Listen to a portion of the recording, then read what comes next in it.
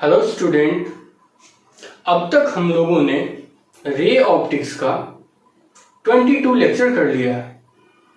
इन lectures में हम लोगों ने देखा कि किस प्रकार से लाइट रिफ्लेक्ट करता है और रिफ्रैक्ट करता है। पिछले क्लास में हम लोगों ने देखा था कि स्फेरिकल सरफेस से लाइट किस प्रकार से रिफ्रैक्ट करता है, कौन सा फॉर्मूला हम लोग यूज करते हैं।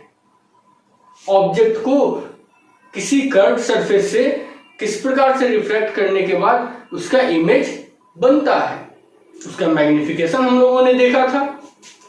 और उसके बाद तब हम लोग लेंस पर आए हुए थे और लेंस के बारे में हम लोगों ने ये पढ़ा था कि लेंस के कितने टाइप्स होते हैं और लेंस से संबंधित कुछ इंपॉर्टेंट पॉइंट्स को देखा था हम लोगों ने, जैसे कि सेंटर ऑफ कर्वेचर, वक्रता केंद्र, ऑप्टिकल सेंटर।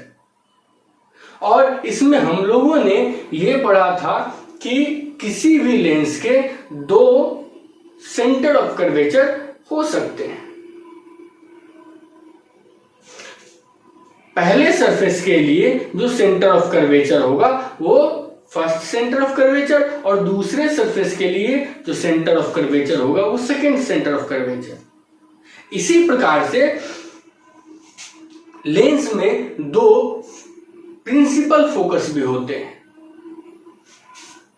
उसमें मेन फोकस कौन होता है और सेकेंडरी फोकस कौन होता है, इस चीज के बारे में हम लोग आज देखेंगे। तो देखते हैं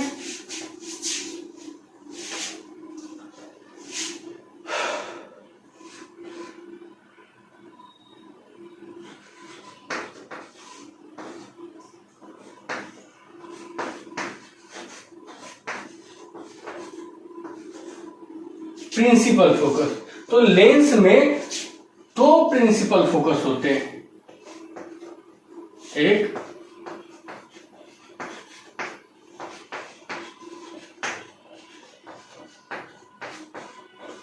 फर्स्ट प्रिंसिपल फोकस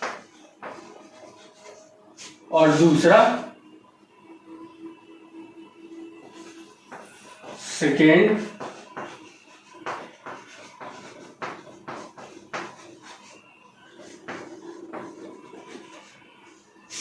ठीक है। अब ये दो प्रिंसिपल फोकस में से मेन प्रिंसिपल फोकस कौन है, इसके बारे में हम लोग कैसे पता करेंगे। तो सबसे पहले फर्स्ट प्रिंसिपल फोकस कौन होता है और सेकेंड प्रिंसिपल फोकस कौन होता है, इसके बारे में समझ लेते हैं और उसके बाद फिर देखेंगे कि इसमें से मेन प्रिंसिपल फोकस कौन होता है। तो सबसे पहले अगर बात करें फर्स्ट प्रिंसिपल फोकस की,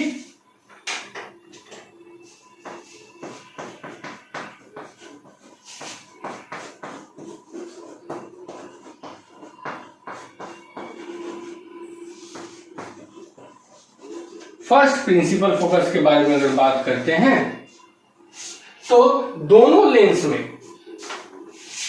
एक लेंस हमारे पास कनकेव है और दूसरा कन्वेक्स है। ये हमारा प्रिंसिपल एक्सिस हो गया और यहां पर हमारा ऑप्टिकल सेंटर, ये हमारा ऑप्टिकल सेंटर हो गया। स्टूडेंट, फर्स्ट प्रिंसिपल फोकस के लिए रूल ये है कि मेन एक्सिस पर वह पॉइंट प्रिंसिपल फोकस कहलाता है जिस पॉइंट पे अगर हम ऑब्जेक्ट को रखते हैं तो उसका इमेज इनफाइनाइट में बनता है। अब चाहे वो ऑब्जेक्ट रियल ऑब्जेक्ट हो या वर्चुअल ऑब्जेक्ट, कोई फर्क नहीं पड़ता, लेकिन जिस ऑब्जेक्ट का इमेज लेंस के द्वारा इनफाइनाइट पे बनाया जाता है उस ऑब्जेक्ट के पोजीशन को हम लोग फर्स्ट प्रिंसिपल फोकस कहते हैं। जैसे अगर यहां पर ऑब्जेक्ट को हमने रखा, ये रखा हमने ऑब्जेक्ट को, तो इससे जो रे आया है ना, ये पैरेलल हो जाएगा और ये ऐसा माना जाएगा कि इनफाइनाइट पे जाकर कटेगा। तो ये वाला जो पॉइंट है फोकस, ये इनफाइनाइट में बनाया गया इमेज, तो ये वाला फोकस जो है ये हो जाता है आपका फर्स्ट फोकस। उसी तरीके से अगर इसमें करते हैं तो इसमें अगर यहाँ पर कोई ऑब्जेक्ट को रखते हैं तो इसका रे निकल के और ऊपर की ओर चला जाएगा, क्योंकि ये मोटे भाग की ओर ही मुड़ेगा। तो इसके लिए इस केस में कनकेव लेंस के केस में हम लोग वर्चुअल ऑब्जेक्ट लेते हैं। तो यहां पर अगर वर्चुअल ऑब्जेक्ट रहा मतलब कोई रे ऐसे आया और टकराने के बाद रिफ्रैक्ट होने के बाद ये पैरेलल चला जाएगा। तो ये रे जो है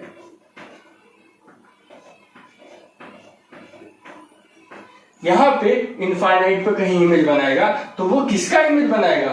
वो इमेज बनाएगा इस वर्चुअल ऑब्जेक्ट का, इस वर्चुअल ऑब्जेक्ट का इमेज बनाएगा। और यहां पर जो हमारा फोकस होगा वो प्रिंसिपल, तो फर्स्ट प्रिंसिपल फोकस होगा।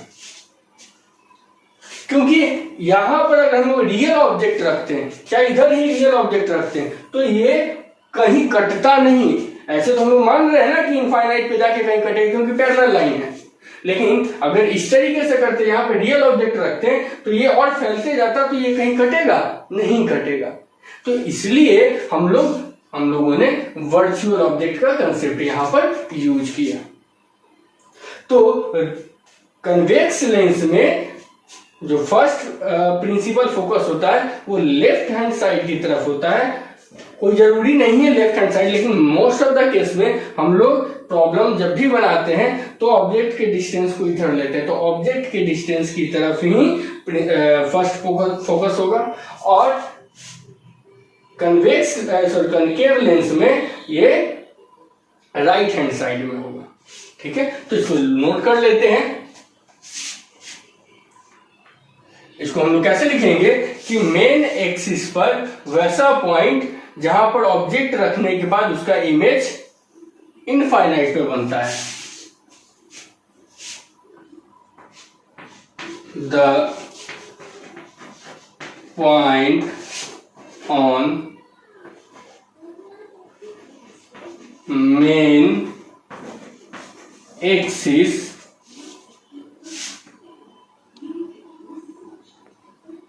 where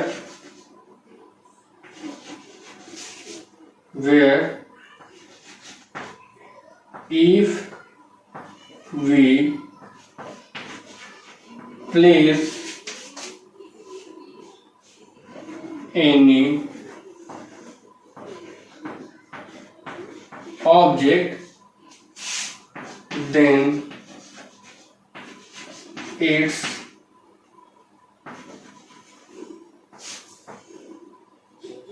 image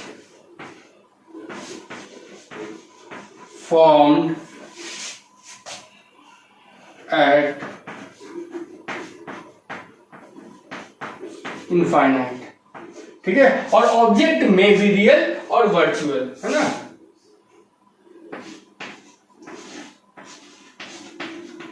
ऑब्जेक्ट में भी रियल और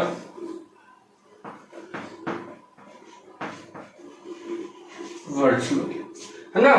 ऑब्जेक्ट जो है रियल भी हो सकता है और वर्चुअल भी हो सकता है। तो मुख्य अक्ष पर वह बिंदु जहां पर यदि हम वस्तु को रखते हैं तो उसका प्रतिबिंब हमें अनंत पर प्राप्त होता है। वस्तु या तो वास्तविक हो सकता है या काल्पनिक, है ना। उस पॉइंट को हम क्या बोलते हैं? First principle focus. इसको नोट कर लीजिए। अब हम लोग सेकेंड प्रिंसिपल फोकस के बारे में डिस्कस करेंगे। तो पहले इसको नोट कर लीजिए। अब हम बात करते हैं सेकेंड प्रिंसिपल फोकस की।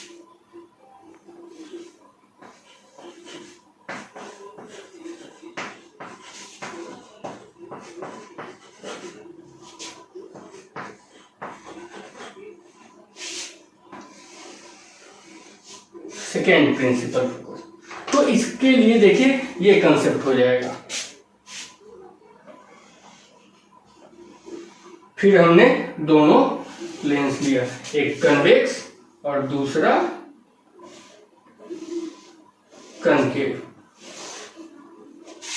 ये हो गया आपका ऑप्टिकल सेंटर और ये हो गया आपका मेन एक्सिस।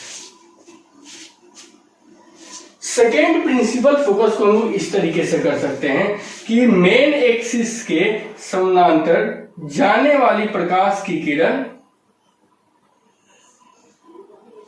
लेंस से अपवर्तन के बाद प्रिंसिपल एक्सिस के जिस पॉइंट पर कटती है या कटती हुई प्रतीत होती है, मतलब कि रियली कटेगी या फिर वर्चुअली कटेगी, तो उस पॉइंट को हम लोग सेकेंड प्रिंसिपल फोकस कहते हैं।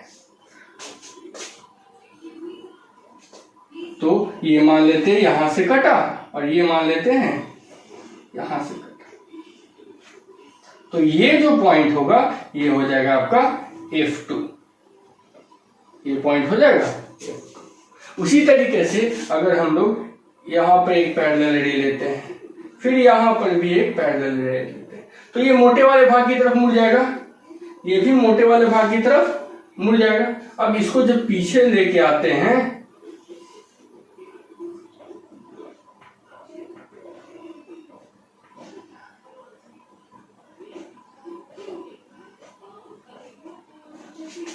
तो यहां पर कटता हुआ प्रतीत होता है और यहां पे हो जाएगा ये second principal focus.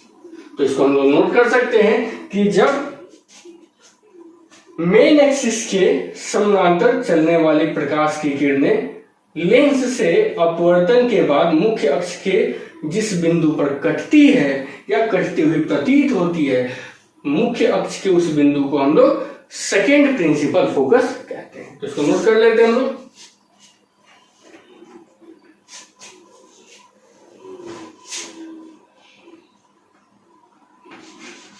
Rays are coming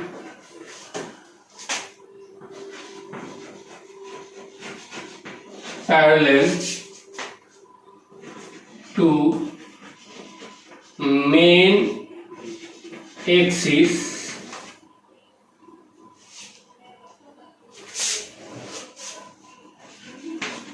after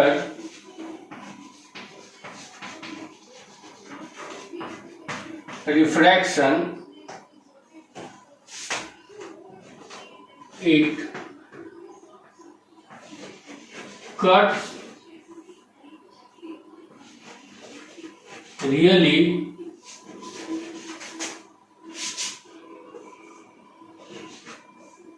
or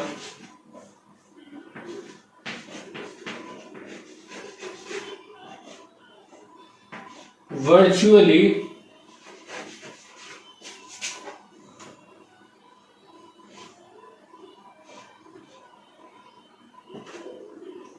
or virtually when rays are coming parallel to main axis after refraction, it cuts really or virtually at a point on main axis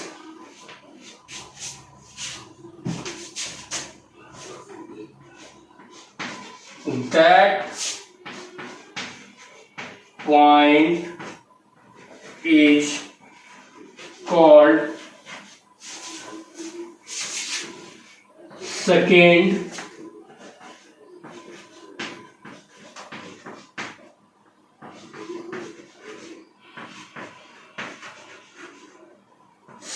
principal focus.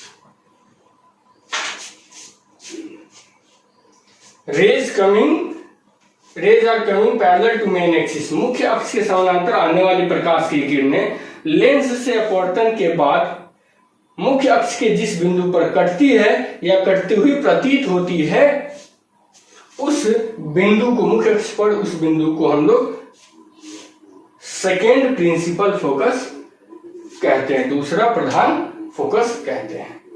तो इसको note कर लीजिए, फिर हम लोग देखते हैं next.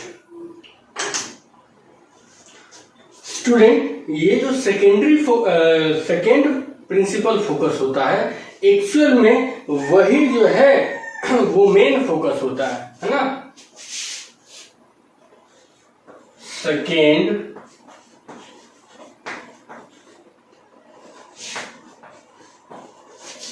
Principal focus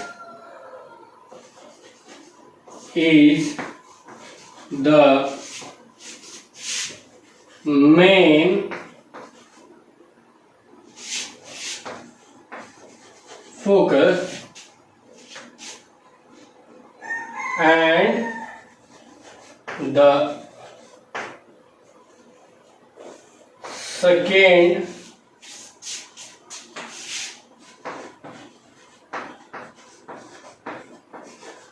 principal focus and the second principal focus be the and the first principal focus be the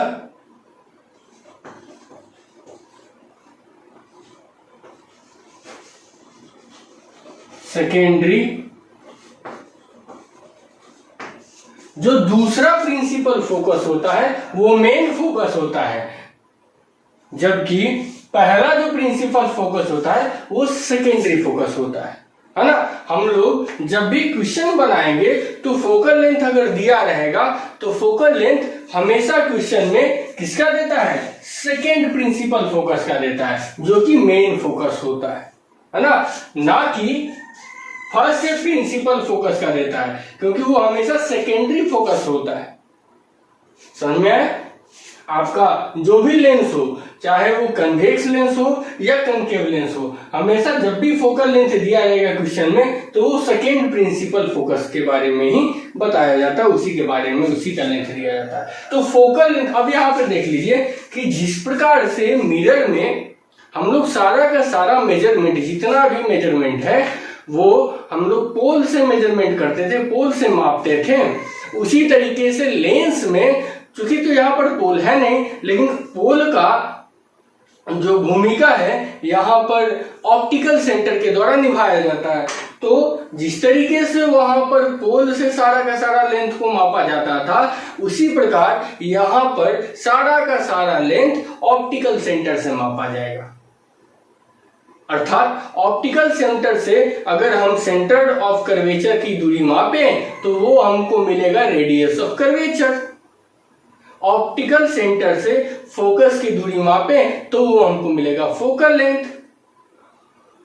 optical centre से ऑब्जेक्ट की डिस्टेंस, इमेज की डिस्टेंस, सभी को हम लोग माप सकते हैं। ठीक है, अब हम बात करते हैं अपर्चर के बारे में। तो अपर्चर के बारे में पहले भी हम लोगों ने मिरर में भी देखा था और यहाँ पर भी वही चीज आएगा कि इफेक्टिव जो डायमीटर है ना, लाइट जिस पे पड़ता है ना, उसका इफेक्टिव डायमीटर जो है, जिससे लाइट ट्रांसमिट हो सकता है दूसरे मीडियम में, है ना। तो लाइट ट्रांसमिटिंग मीडियम का जो इफेक्टिव डायमीटर होता है उसको हम लोग बोलेंगे अपर्चर, है ना। तो लिख लेते हैं,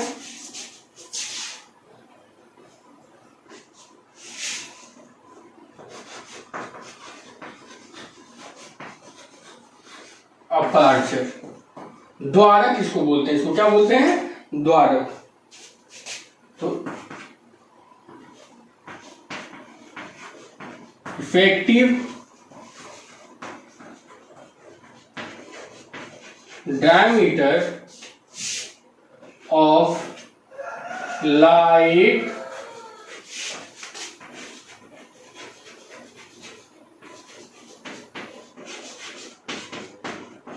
transmitting area, effective diameter of light transmitting area is called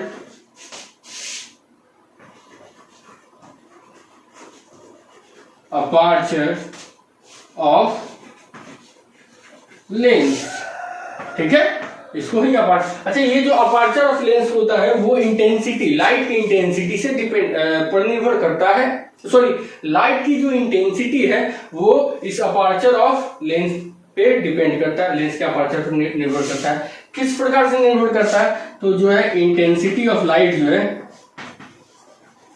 intensity, इसको हम लोगों ने मिरर में भी देखा था। Intensity of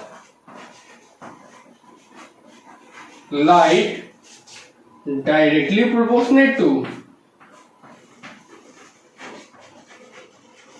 aperture.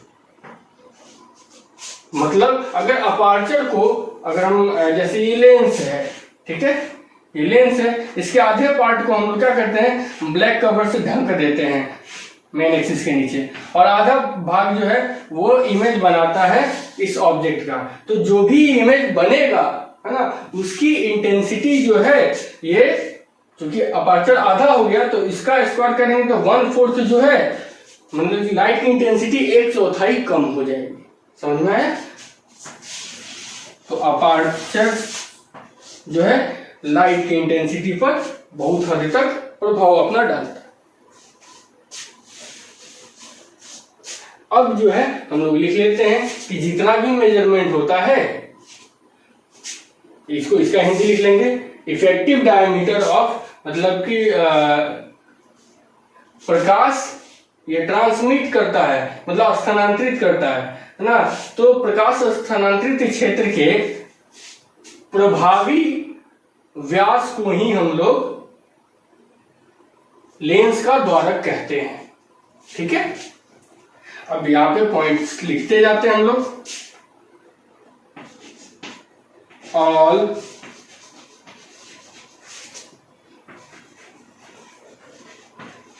all measurements are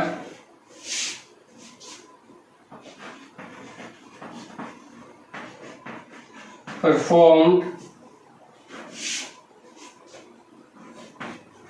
from the optical center of lens. जितने भी मापन हैं वो लेंस के प्रकाशीय केंद्र से होकर किया जाता है, जितने भी मापन है। तो अब हम लोग इसी आधार पे focal length, radius of curvature सबको डिफाइन कर सकते हैं। तो पहले हम लोग करते हैं रेडियस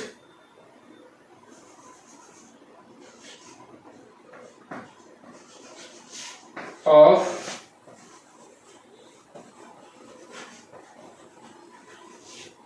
radius of curvature, वक्रता त्रिज्या। तो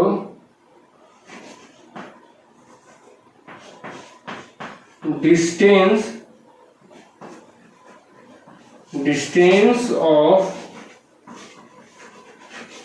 center of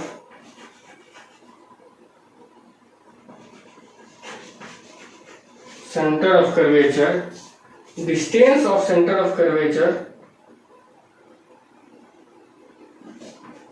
from the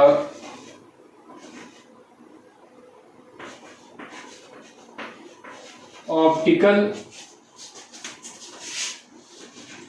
center is called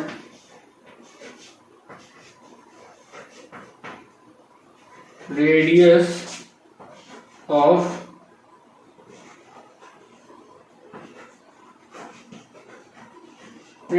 curvature.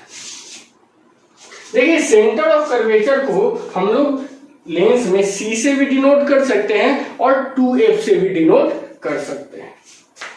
उसी प्रकार से रेडियस ऑफ कर्वेचर को भी स्मॉल 2f या r से डिनोट कर सकते हैं हम।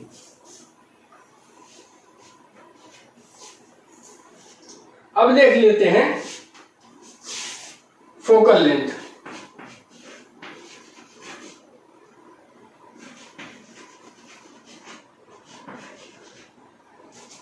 Focal length. तो फोकल लेंथ को किस तरह से परिभाषित करेंगे, तो प्रिंसिपल फोकस का ऑप्टिकल सेंटर से जो डिस्टेंस होगा वो हो जाएगा focal length. Distance of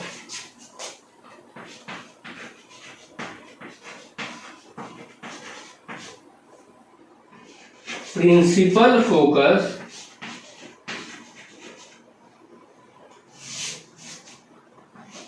from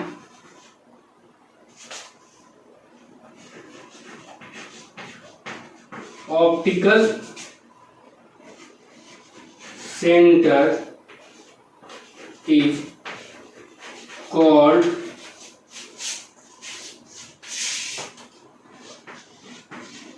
focal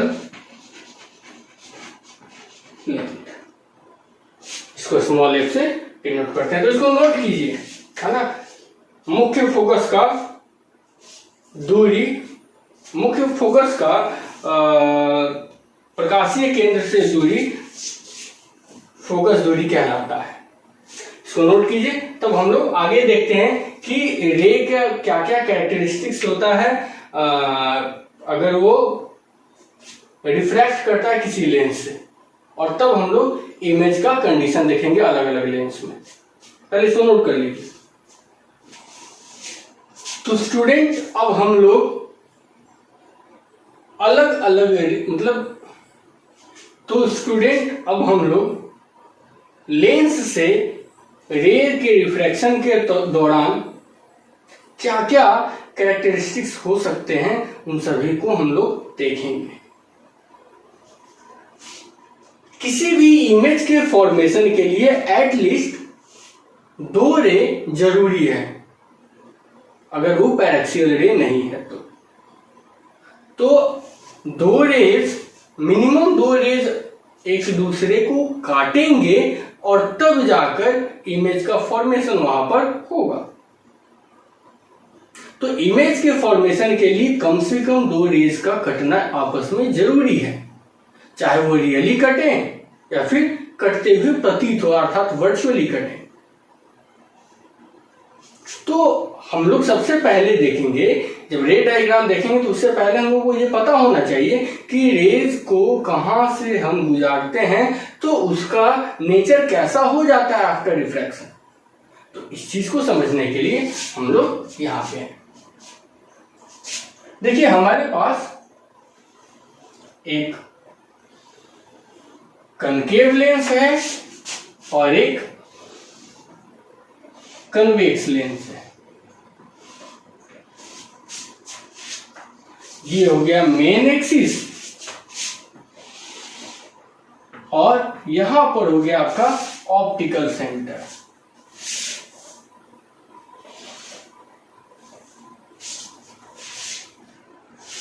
पहला रूल ये है कि रे अगर मेन एक्सिस के पैरेलल जाता है तो वो या तो फोकस से रियली कटता है या फिर वर्चुअली।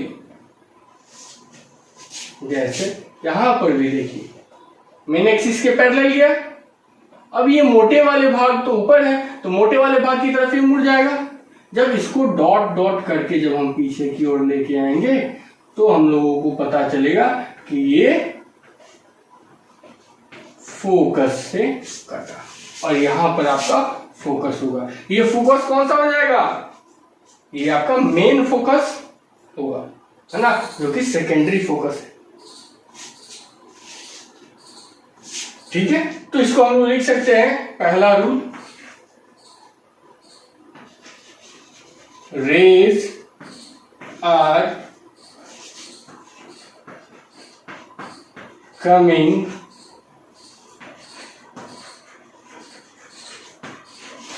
parallel to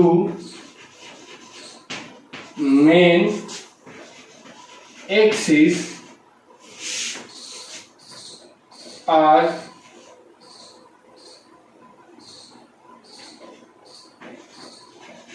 cut और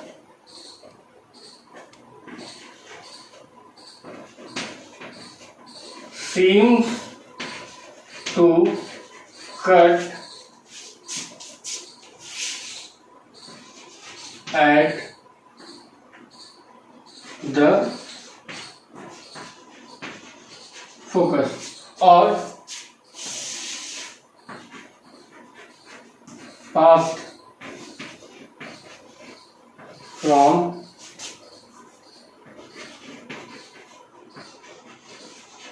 मेन फोकस।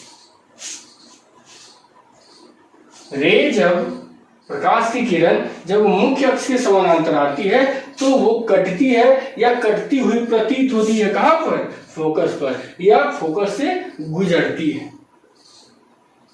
ठीक है, पास्ट और सीम्स टू पास इसमें जोड़ लेंगे, चाहे आप लिख लेंगे रियली और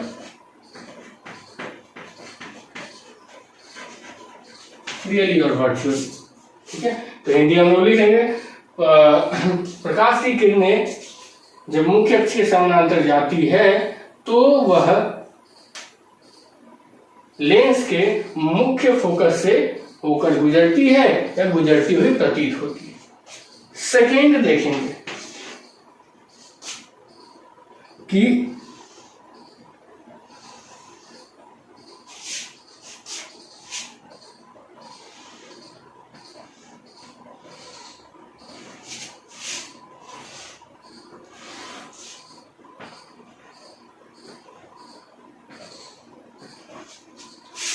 दर्पण के मुख्य फोकस से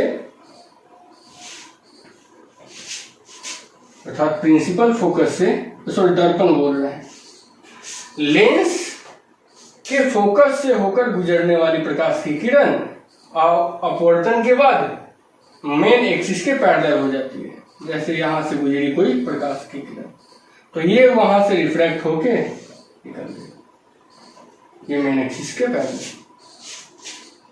उसी तरीके से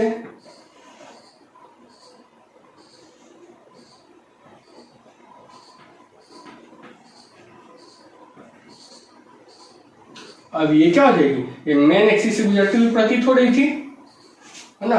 अब ये जो है रिफ्रैक्शन के बाद पैरेलल हो जाएगी मेन एक्सिस के पैरेलल। तो इसको हम लोग लिख सकते हैं rays are coming from the focus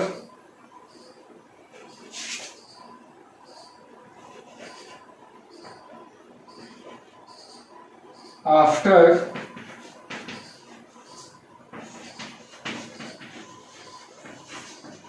refraction becomes parallel to main axis। ठीक है, becomes parallel main axis।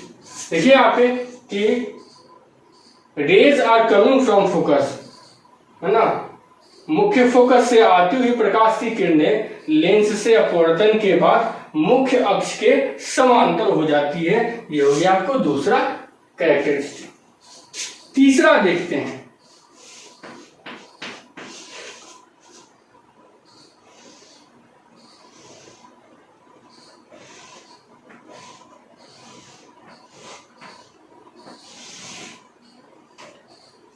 ये हो गया आपका ऑप्टिकल सेंटर। तो तीसरा ये है कि लेंस के ऑप्टिकल सेंटर से होकर जाने वाली प्रकाश की किरणें अपवर्तन के बाद अपना मार्ग परिवर्तित नहीं करती, मतलब डेविएट विचलित नहीं होती है। तो लिखेंगे rays are coming from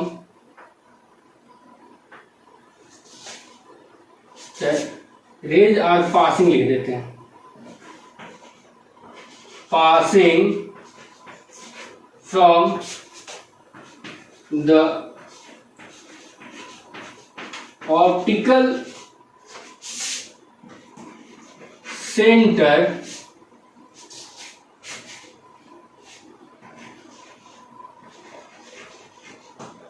remain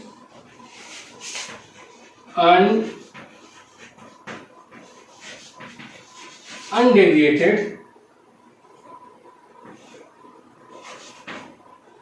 after refraction.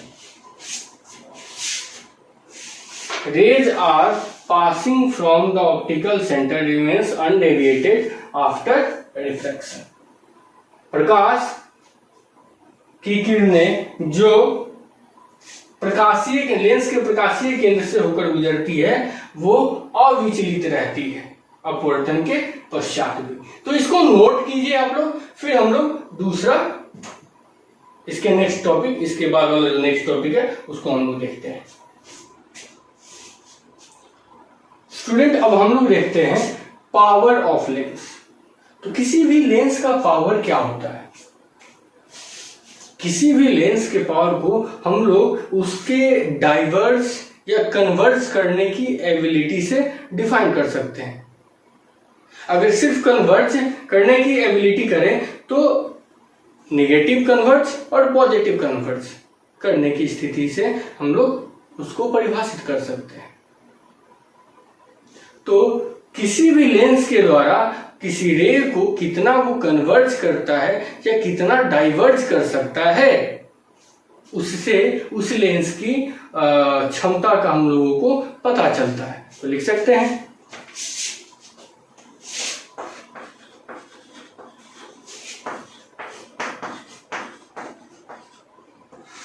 Power of lens.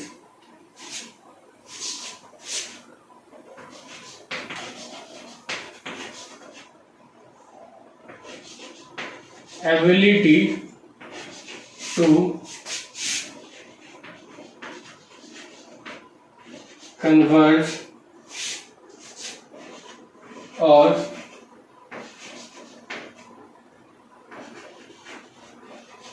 diverge the ray of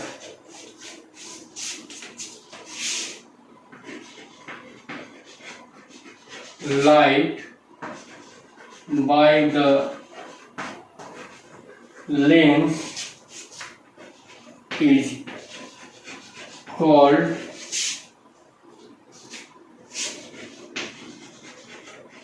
power of lens, called power of, ठीक है। Ability to converge or diverge the ray of light by the lens is called power of lens। किसी भी lens के द्वारा प्रकाश की किरणों को converge, अपसरित या अभिसरित करने की जो क्षमता होती है उसे हम लेंस की क्षमता कहते हैं। ठीक है, इसका यूनिट जो होता है डायोप्टर होता है। It's unit is dioptre, plus minus D से इसको स्विच करके। पावर ऑफ लेंस को अगर हम लोग का फॉर्मूला लिखें तो P इज इक्वल टू हो जाता है प्लस माइनस 1/f, जहां f है ना डायोप्टर, ठीक है, जहां f इज इन मीटर। अगर f मीटर में नहीं है, सेंटीमीटर में है, तो उस केस में क्या हो जाता है, P is equal to 100/f ना, हम लोग इसको मीटर में कन्वर्ट कर देते हैं, तब डायोप्टर लिखते हैं।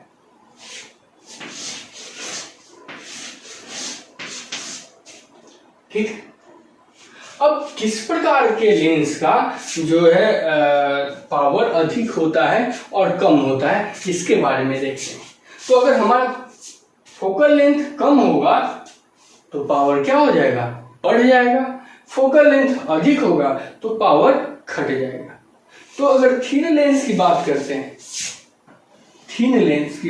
हैं, तो थीन लेंस निश्चित रूप से बहुत बड़े गोले का भाग होगा, और थिक लेंस की बात करते हैं ऐसे, तो ये बहुत ही छोटे गोले का भाग होगा।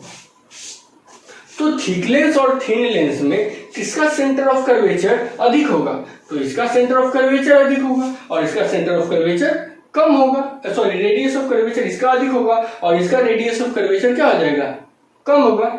मतलब इसका 2f ज्यादा और इसका 2f कम। तो जब 2f इसका ज्यादा है तो इसका f भी ज्यादा होगा और इसका f क्या होगा, कम होगा। तो जब इसका f ज्यादा होगा तो पावर इसका क्या हो जाएगा, घट जाएगा और इसका पावर बढ़ जाएगा। तो अगर हमारे सामने दो लेंस है, एक है आपका थिन लेंस और दूसरा है आपका थिक लेंस। तो थिन लेंस का जो पावर होगा, इसका जो पावर होगा वो कम होगा, इसका जो फोकल लेंथ होगा वो बढ़ जाएगा। इसका पावर क्या हो जाएगा, बढ़ जाएगा और फोकल लेंथ क्या हो जाएगा, घट जाएगा। फोकल लेंथ इसका घट जाएगा। तो थिन लेंस का पावर अधिक होता है और फोकल लेंथ कम होता है। थिक लेंस का पावर अधिक होता है और फोकल लेंथ कम हो जाता है। थिन लेंस पावर कम, फोकल लेंथ अधिक, और थिक लेंस का पावर ज्यादा और फोकल लेंथ कम। ये समझ में आ गया। अब देखिए, किसी भी लेंस को अगर हम लोग, ये लेंस का कुछ रिफ्रैक्टिव इंडेक्स है और इसको हम लोग इस तरीके से रखें कि यहां पर अगर μ1 है तो ये भी μ1 है, और ये हम लोग जो बात कर रहे हैं वो इक्वी कन्वेक्स लेंस की बात कर रहे हैं या इक्वी कनकेव लेंस की बात कर रहे हैं, है ना। मतलब दोनों सरफेस उसका सेम कर्व है, एक ही रेडियस वाले दो स्फीयर से मिलकर इसका निर्माण हुआ है। तो उस स्थिति में इसका जो फोकल लेंथ होगा और इसका जो फोकल लेंथ होगा वो दोनों क्या हो जाएगा, बराबर हो जाएगा, है ना। मतलब सेम मीडियम में अगर ऑब्जेक्ट को रखा गया है, ये यहाँ पे μ1 डाल देते हैं, ये μ2 डाल देते हैं और इसको μ3, ठीक है। अगर इफ μ1 बराबर μ3, μ1 और μ3 दोनों बराबर है, तो इसका जो फोकल लेंथ हो जाएगा f1 और f2, देन f1 बराबर हो जाएगा f2 के, ठीक है। और अगर यदि ऐसा नहीं होता है, if μ1 does not equal to μ3, जैसे यहां पर देखिए कि ये लेंस है ना, इसके अदर कोई और मीडियम है और इधर जो है कोई और मीडियम है।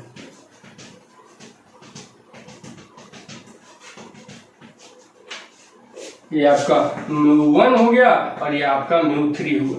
तो यहां पर μ1 और μ3 सेम नहीं है, तो इस केस में जो फोकल लेंथ हो जाता है f1 by f2 is equal to f2 equal to μ1 by μ3। मतलब कि इधर का अगर समझने के लिए आसान अगर आपको बनाना है तो इसको रहने दीजिए, इसको μ2 कर लीजिए,